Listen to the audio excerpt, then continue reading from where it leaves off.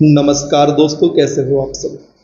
दोस्तों, आप में से काफ़ी सारे विद्यार्थियों ने मुझसे प्रश्न पूछा था कि सर आप एक वीडियो बनाएं मध्य प्रदेश उच्च न्यायालय द्वारा आयोजित की जाने वाली जिला न्यायालय भर्ती प्रक्रिया के बारे में। तो दोस्तों, इस वीडियो में हमें स्टेप बाय स्टेप चरणबद्ध रूप से संपूर्ण प्रक्रिया को समझना है जिला न्यायालय में भर्ती की, जो कि माननीय उच्च न्यायालय मध्य प्रदेश के द्वारा परीक्षा आयोजित की जाती है। तो सबसे पहले एक डाउट क्लियर कर लें। काफ़ी सारे विद्यार्थियों को ऐसा लगता है कि जो माननीय उच्च न्यायालय मध्य प्रदेश के द्वारा जिला न्यायालय भर्ती परीक्षा आयोजित की जाती है, उसमें जब नियुक्ति होगी तो आपको हाई कोर्ट में काम करना होगा। तो ऐसा नहीं है। अक्सर विद्यार्थियों को ऐसा क्यों लगता है? क्योंकि जब इस परीक्षा का विज्ञापन आता है तो विज्ञापन में ऊपर लिखा रहता है मध्य प्रदेश उच्च न्यायालय जबलपुर। तो अक्सर विद्यार्थियों को लगता है कि इस परीक्षा को पास करने के बाद जो उनकी नियुक्ति होगी वह उच्च न्यायालय में होगी, लेकिन ऐसा नहीं है। दोस्तों, उच्च न्यायालय में नियुक्ति के लिए अलग एग्ज़ाम होते हैं, जैसे कि JJA का एग्ज़ाम, जो अभी 21 सितंबर को आयोजित किया जाना है। इसका पूरा नाम होता है जूनियर जुडिशियल असिस्टेंट। जैसा जिला न्यायालयों में असिस्टेंट ग्रेड 3 या सहायक ग्रेड 3 का पद होता है, वैसे ही उच्च न्यायालय में जूनियर जुडिशियल असिस्टेंट का पद होता है। तो उच्च न्यायालय में नियुक्ति के लिए माननीय उच्च न्यायालय के द्वारा अलग से परीक्षाएं आयोजित की जाती है, और यहाँ पर जिस परीक्षा की हम चर्चा कर रहे हैं उसके माध्यम से जिला न्यायालयों में आपकी नियुक्ति की जानी है। ठीक, सबसे पहले बात कर लेते हैं कि इस भर्ती परीक्षा में किन किन पदों पर भर्ती होती है।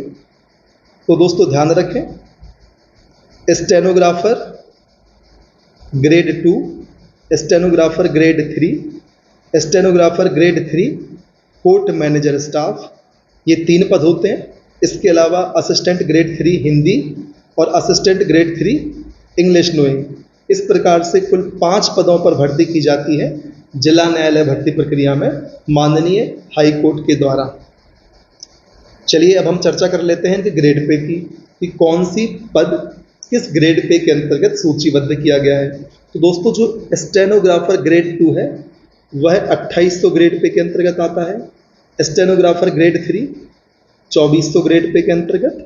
Stenographer grade 3 court manager staff, यह दोस्तों 1900 ग्रेड पे की जॉब है। इसी प्रकार से असिस्टेंट ग्रेड 3 इंग्लिश नोइंग और जो हिंदी टाइपिंग वाले हैं उनकी जॉब भी 1900 ग्रेड पे की होती है, या उनका पद भी 1900 ग्रेड पे का होता है।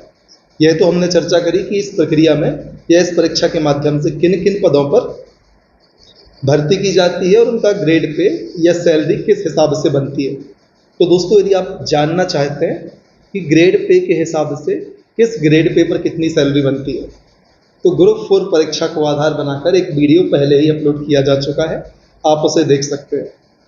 अब हमें चर्चा करनी है किस बारे में, कि आखिर परीक्षा की प्रणाली क्या होती है।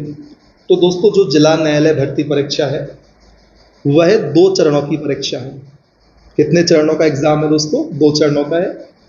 जो पहला चरण होगा आपका फर्स्ट स्टेज होगा, उसमें आपकी लिखित परीक्षा होगी, और जो दूसरा स्टेज आपका होगा, दूसरा चरण होगा, उसमें आपका स्किल टेस्ट लिया जाएगा, जिसे हम टाइपिंग टेस्ट कहते हैं या स्टेनोग्राफी का टेस्ट कहते हैं। यह निर्भर करता है आपने किस पद के लिए फॉर्म में आवेदन किया हुआ है। ठीक, आपको जब आप पहला चरण का एग्जाम देंगे तो आपको एक बात याद रखनी है। फॉर एग्जाम्पल, कुल पद निकाले गए हैं 1000, तो कितने विद्यार्थियों का दूसरी स्टेज के लिए चयन किया जाएगा पहली स्टेज की लिखित परीक्षा के माध्यम से, यह निर्भर करेगा पदों की संख्या पर। मान लीजिए 1000 पद निकाले गए हैं, तो कुल पदों के दोस्तों 3 गुने विद्यार्थी और समान कट ऑफ मार्क्स पर आने वाले सभी विद्यार्थी, इन्हें बुलाया जाता है स्किल टेस्ट के लिए। जैसे मान के चले 1000 पद निकले हैं, तो जितने भी अभ्यर्थी फॉर्म भरेंगे उनमें से कुल पदों का 3 गुना ऐसे अभ्यर्थी होंगे जो स्किल टेस्ट के लिए आमंत्रित किए जाएंगे। तो मोटे तौर पर 3000 अभ्यर्थी प्लस समान कट ऑफ मार्क्स पर आने वाले कुछ अभ्यर्थी, दूसरे स्टेज की परीक्षा देंगे जब 1000 पदों पर यह नियुक्ति या विज्ञापन जारी किया जाता है। उम्मीद है इतनी चीज़ें आपके लिए क्लियर होंगी। आपका लिखित टेस्ट होगा और लिखित टेस्ट में कुल पदों के 3 गुने अभ्यर्थी बुलाए जाएंगे स्किल टेस्ट के लिए। और स्किल टेस्ट में भी आप समझ गए, जो सहायक ग्रेड 3 के लिए फॉर्म को फिल करेंगे उनका टाइपिंग टेस्ट होगा, और जो स्टेनोग्राफर के लिए फॉर्म फिल करेंगे उनका स्टेनोग्राफी का टेस्ट होगा। इस बात को आपको ध्यान रखना है। सीधी सी बात है, आपके लिए पहले जो स्टेज का आपका लिखित प्रश्न पत्र होगा उसमें इतना स्कोर करना होगा कि आप कुल पदों के 3 गुने अभ्यर्थियों में शामिल हो जाएं। ठीक, अब बारी आती है योग्यता की कि आखिर इस एग्जाम के लिए योग्यता क्या रखी गई है। तो दोस्तों, चाहे कोई भी पद हो, उन पद में 3 चीज़ें कॉमन है योग्यता के रूप में। एक graduation plus computer diploma plus CPCT। ठीक, ये 3 योग्यताएं कॉमन हैं। और ये 3 योग्यताएं, एक पद है असिस्टेंट ग्रेड 3, उसके लिए सिर्फ ये तीनों योग्यताएं मांगी गई हैं। इसके अलावा यदि आप बात करते हैं स्टेनोग्राफर ग्रेड 2, जिसका 2800 ग्रेड पे का वेतनमान बेसिक होता है, उसके लिए आपके लिए इन 3 योग्यताओं के साथ साथ स्टेनोग्राफी का जो सर्टिफिकेट होता है 100 शब्द प्रति मिनट के हिसाब से, वह भी आपके पास होना आवश्यक है। यदि हम बात करें ग्रेड 3 और कोर्ट मैनेजर स्टाफ की, वहाँ पर आपके लिए स्टेनोग्राफी का 80 शब्द प्रति मिनट का सर्टिफिकेट होना आवश्यक है। और यदि हम बात करें असिस्टेंट ग्रेड 3 इंग्लिश नोइंग की, तो इसके लिए इन 3 योग्यताओं के साथ साथ आपके पास 80 शब्द प्रति मिनट इंग्लिश स्टेनोग्राफी का डिप्लोमा होना बहुत आवश्यक है। उम्मीद है आप इसके लिए जो इस एग्ज़ाम की योग्यता है वह समझ आई होगी। ये 3 चीज़ें तो ग्रेजुएशन, कंप्यूटर डिप्लोमा और CPCT सभी पदों के लिए आवश्यक है। इसके साथ साथ जो स्टेनोग्राफर ग्रेड 2 है, वहाँ पर 100 शब्द प्रति मिनट का आपका शॉर्ट हैंड का डिप्लोमा, स्टेनोग्राफर ग्रेड 3 और ग्रेड 3 कोर्ट मैनेजर स्टाफ के लिए आपके पास 80 शब्द प्रति मिनट का डिप्लोमा, और असिस्टेंट ग्रेड 3 इंग्लिश नोइंग के लिए आपके पास इंग्लिश स्टेनोग्राफी में 80 शब्द प्रति मिनट का डिप्लोमा होना आवश्यक है। और सिर्फ सहायक ग्रेड 3 या असिस्टेंट ग्रेड 3 के लिए 3 योग्यताएं चाहिए हैं, जिसमें ग्रेजुएशन, DCA या कोई भी कंप्यूटर डिप्लोमा और CPCT आवश्यक है। अब आपको डाउट होगा सर कि हमारे पास ये वाली डिग्री है जिसमें कंप्यूटर शामिल है, तो क्या उस डिग्री से काम चल जाएगा कंप्यूटर डिप्लोमा का? तो दोस्तों, यहाँ पर जो नोटिफिकेशन आता है उसमें स्पष्ट रूप से कहा जाता है कि जिन भी विद्यार्थियों ने BECS IT से करी है, MCA BCA किया हुआ है, MSc IT CS से करी है, BSc IT CS से करी है, MTech ME इत्यादि किया हुआ है, उन्हें DCA या PGDCA जैसे कंप्यूटर डिप्लोमा की आवश्यकता नहीं है। उनके ग्रेजुएशन को ही मान लिया जाएगा कि उनके पास कंप्यूटर डिप्लोमा भी है। इसके अलावा AICTE से अनुमोदित polytechnic diploma in computer science, computer application एवं इंफॉर्मेशन टेक्नोलॉजी इत्यादि जो आपके सर्टिफिकेट डिप्लोमा हैं, उनको एज द DCA या कंप्यूटर डिप्लोमा कंसिडर कर लिया जाएगा। लेकिन आपको एक बात ध्यान रखनी है, BSc BCom डिग्रियां जिनमें कंप्यूटर केवल एक विषय के रूप में शामिल है, इन्हें कंसीडर नहीं किया जाएगा कंप्यूटर डिप्लोमा के अंतर्गत। यदि आपके पास BSc जिसमें एक सब्जेक्ट के रूप में कंप्यूटर है, BCom आपने किया है जिसमें एक सब्जेक्ट के रूप में कंप्यूटर है, तो कंप्यूटर होने के बावजूद आपके लिए कंप्यूटर का डिप्लोमा करना ही होगा यदि आप इन फॉर्म को फिल करना चाहते हैं। मैंने आपको स्पष्ट रूप से बताया किन किन डिग्रीधारी अभ्यर्थियों को कंप्यूटर डिप्लोमा करने की आवश्यकता नहीं है। ठीक, मैंने इसके लिए एक अलग से सेपरेट वीडियो भी बनाया है कि कौन कौन सी ऐसी डिग्रियां हैं जो DCA के स्थान पर आप उपयोग में ला सकते हैं। अब हम कुछ बात कर लेते हैं व्यवहारिक, जो आपको नोटिफिकेशन में देखने को नहीं मिलेगी। उन बातों के पहले हम आयु सीमा की बात और कर लेते हैं। जो एज क्राइटेरिया रखा गया है, हम बेंचमार्क मानेंगे सामान्य वर्ग के पुरुष आवेदक के लिए या मेल कैंडिडेट के लिए। बाकी आप अपनी कैटेगरी के हिसाब से एज रिलैक्सेशन या आयु सीमा में छूट को कंसीडर करें, जनरल कैटेगरी का कोई भी मेल कैंडिडेट जो 18 वर्ष से लेकर 40 वर्ष तक की आयु सीमा का है वह इन पदों के लिए फॉर्म को फिल कर सकता है। अर्थात विद्यार्थी की आयु 18 से कम नहीं होनी चाहिए और 40 वर्ष से अधिक नहीं होनी चाहिए। इस बात को आप ध्यान रखें। आवेदन शुल्क वगैरह दोस्तों जिसको फॉर्म फिल करना हो वो फॉर्म फिल करेगा ही, तो डिस्कशन का विषय नहीं बनता। इसके अलावा हम बाकी सारी बातों की चर्चा कर लेते हैं। ध्यान रखना है दोस्तों, जब आप एग्ज़ाम देंगे, इसे हम प्रीलिम्स बोल देते हैं, ठीक, जो पहली आपकी लिखित परीक्षा होगी उसमें कुल आपसे 100 प्रश्न पूछे जाएंगे और 100 प्रश्न में अभी तक का जो चलन है 30 प्रश्न होते हैं जनरल नॉलेज के, जनरल साइंस के, 20 प्रश्न होते हैं मैथ्स और रीजनिंग के, 10 प्रश्न होते हैं हिंदी के, 20 प्रश्न कंप्यूटर के और 20 प्रश्न होते हैं इंग्लिश के। इस प्रकार से कुल 100 क्वेश्चन आपसे पूछे जाते हैं और इन 100 क्वेश्चन को सॉल्व करना होता है और कुल पोस्ट के 3 गुने अभ्यर्थियों में आपको आना होता है ताकि आपको दूसरे चरण के एग्ज़ाम देने मिले। अब दूसरे चरण में दोस्तों 100 नंबर का आपका स्किल टेस्ट होगा।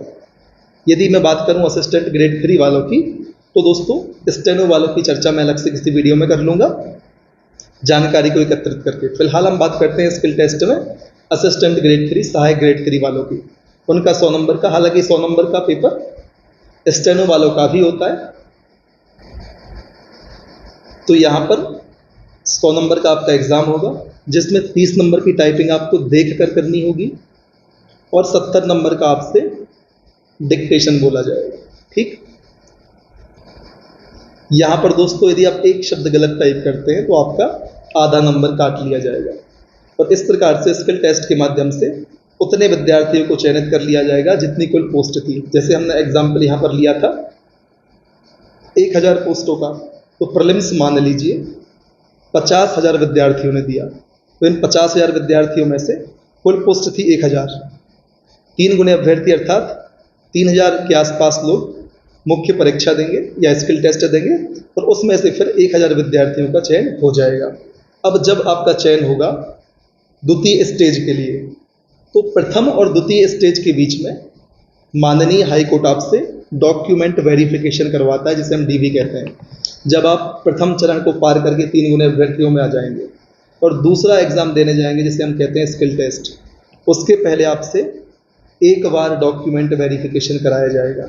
चाहे आप माननीय उच्च न्यायालय जाके खुद अपने डॉक्यूमेंट सबमिट कर दें या स्पीड पोस्ट के माध्यम से भेज दें, यहाँ पर आपका डॉक्यूमेंट वेरिफिकेशन खत्म नहीं होता।